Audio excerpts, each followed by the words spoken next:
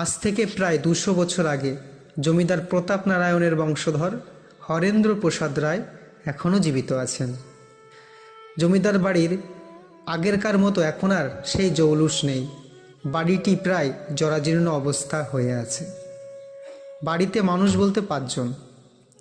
জমিদার হরেন্দ্র প্রসাদ রায়, তার বড় ছেলে সৈকত, তার বৌমা তারা, ছোট্ট নাতনি শ্যামা, কাজের লোক রামু। তাদের আনন্দেই দিনগুলো কাটছিল। বাদ সাধল ওদের বাড়িতে কালী পুজোর দিন। পুজোটি প্রায় 200 বছর আগে থেকেই হয়ে আসছে, জমিদার প্রতাপ নারায়ণের আমল থেকে। সেই ভয়ানক দিন চলেই এলো। যথারীতি পুজো শুরু হয়ে গেল। পুরুত ঠাকুর খুব জোরে জোরে কালী পুজোর মন্ত্র উচ্চারণ করছে, আর এদিকে শ্যামা ঢাকের তালে তালে নাচ করছে। বাড়িতে আনন্দের উৎসব। যথারীতি পুজো শেষ